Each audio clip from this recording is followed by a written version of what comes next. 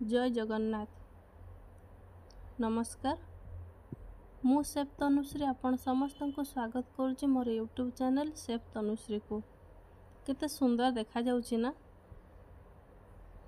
आज्ञा हाँ, यह देखा जमती सुंदर, खाइबा तो आहुरी सुंदर। तो चलन तो डरी न करी आरंभ करिबा एई रेसिपी को।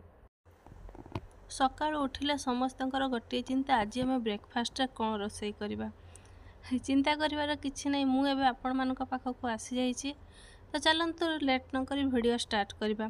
प्रथम गोटे कड़ाई गरम करी सेथिरे गोटे कप सुजी और गोटे कप सिपेई को भाजी दबा।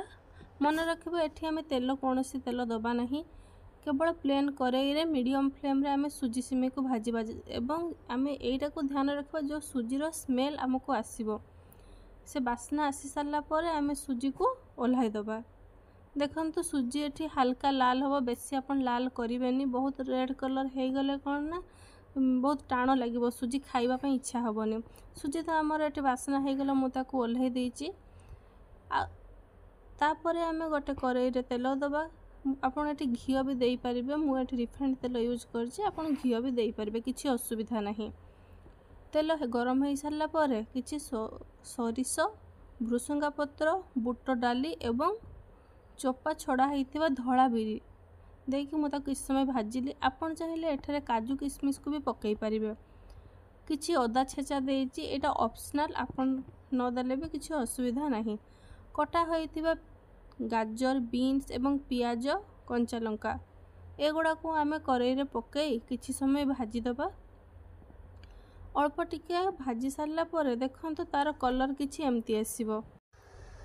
कलर तो बहुत सुंदर आसी साची। मु एठारे किछि हळदी एवं लूण, जोटा कि पूरा उपमा मापर मु एठी लूण पकईची। तो एटा को आपण मन देकी करिबा, नहले एठी लुणिया हे जिवो किंबा अलणा हबार चांसेस बहुत थाए। परिबा को सिझिबा पई मु एठी 2 ରୁ 3 मिनिट ढांकुणी लगई देली। देखंतु हमर एठी परिबा ऑलमोस्ट सिझी सारची। मु एठी अल्प टिके चीनी 1 स्पून चीनी पकईची। चीनी देले कौन ना जो आमर उपमाटा ना बहुत भल फ्लेवर दे थाए एवं पार्टी को सेटा पाणीचिया लगी न थाए। चीनी पकई सारा पर मुझे आगर अल्प भजा होता सुजी और सिमेई को पकईली। 2-3 मिनिट ताको भाजी सारा पर आम ये पानी पकईबा। पानीर मेजरमेंट उपमा रे बहुत बड़ गुरुत्वपूर्ण कथा। आम ये सुजी गोटे कप माने पानी आम 2 कप देवा एवं सिमेई गोटे कप रे पानी गोटे कप देवा। तो टोटाल मुझे 3 कप पानी देइची। सुजी भजा तो आमर हो सारी। आम एठार पानी पकईबा।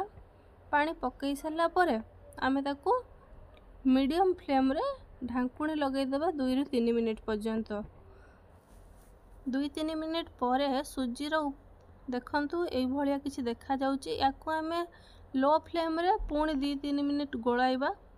आपण चाहिए जदि आउ 2 मिनिट भी गलई पारे, आपन जो भाया चाहूँगी या सेमती रखिपारे। जदि आपन ए भाया खाइबापी चाहूँगी ए भाया रखिपारे, ना आउ टिके जदि सुखिला करने चाहूँगी आउ 2 मिनिट अधिका देबे। तो टोटाल मुझे 5 मिनिट गलई देली, जहाँफल तार जो पूरा पानीटा सुखीगला। देखंतु सुजी किछि एमिति देखा जाउची, पूरा समस्त अलगा हो जाइछंती। तो यहीटा खाइले ना आप पाटे दौ दौ आपंकर सुजी सिमेई पूरा मेल्ट हो, आपन को चबेबा भी पड़ोनी। आशा करुच्ची आपन को भिडियोटी निश्चय भल लगी। जदि भल लगी थाए आपण या घरे निश्चय थरे बनातु, निजे खातु, अन्य मानक खुआतु एवं आपन को यह केमती लगिला मते कमेंट माध्यम निश्चय लिखि जणातु। 2 मिनिट पर देखंतु मोर उपमा आसी रेडी हो गला।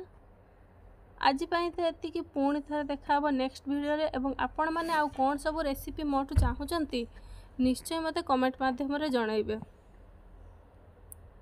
धन्यवाद, रहिली।